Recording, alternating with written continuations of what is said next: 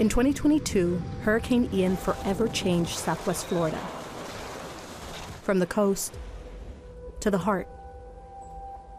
As residents tried to rise from the wreckage, the storms kept coming.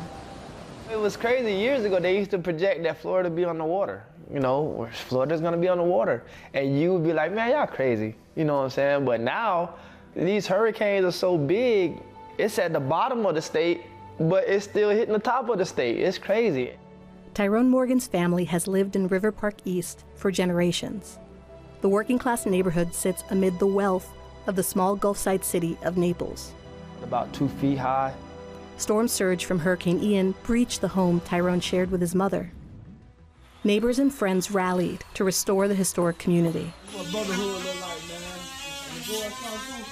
Appreciate everybody in the community. You see it? Yeah, you see it? This is what brotherhood look like, man. People rebuilt their lives, replaced their belongings. But a succession of storms after Ian made Tyrone question staying, especially in 2024, as yet another monster hurricane approached. I was one who always told my mom, like I tried to reassure her, man, like we ain't going nowhere. We're not going nowhere. We're gonna be here forever. And I'm starting to get to the point to where like it's starting to get old now. You know what I'm saying? How do individuals confront a brutal new reality after surviving the worst hurricane of their lives? That's my roof gone. Everything's ruined.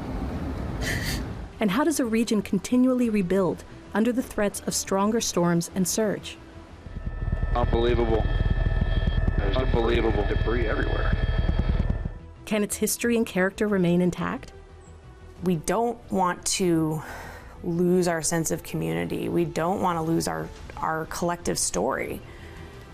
So how can we keep our friends and neighbors here in a way that makes sense for them, that keeps them safe and keeps them with a sustainable lifestyle? There's still too many people that have tarps on their roofs, that haven't totally repaired everything. There are still too many people that their hearts hurt. Our community depends on one another. We're great in that sense, but enough is enough. There's a lot that needs to be done. So now's the time to do it.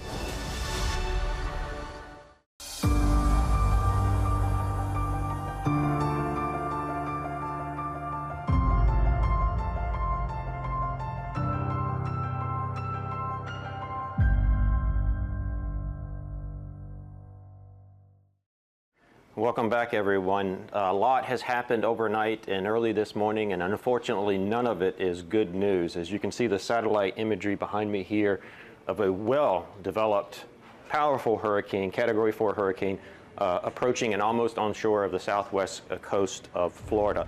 In September 2022, Hurricane Ian developed as a threat to southwest Florida. Earlier predictions targeted landfall closer to Tampa Bay, but the track shifted south. Many Gulf Coast residents chose not to evacuate. They worried about finding hotels to accept their pets, Trying to get away from the hurricane. getting stuck on the interstate, and defending their homes and businesses from post-storm looters. Hi, are you okay? Some felt safe staying because they had survived other storms. And in Lee County, many felt it was too late to leave. Evacuations were ordered the day before landfall. But the storm has steadily, for the last 12 hours or so, been inching its way to the east, and we now find ourselves in a position of great peril in Lee County.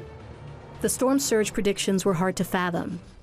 These are big numbers. I haven't seen numbers like this many times in my career. 12 to 18 feet in and around the Charlotte Harbor area. People on the barrier islands who decide not to go, they do so at their own peril. The best thing they can do is leave. We cannot, by law, force people off the islands, but we strongly recommend that they go. Ian rapidly intensified.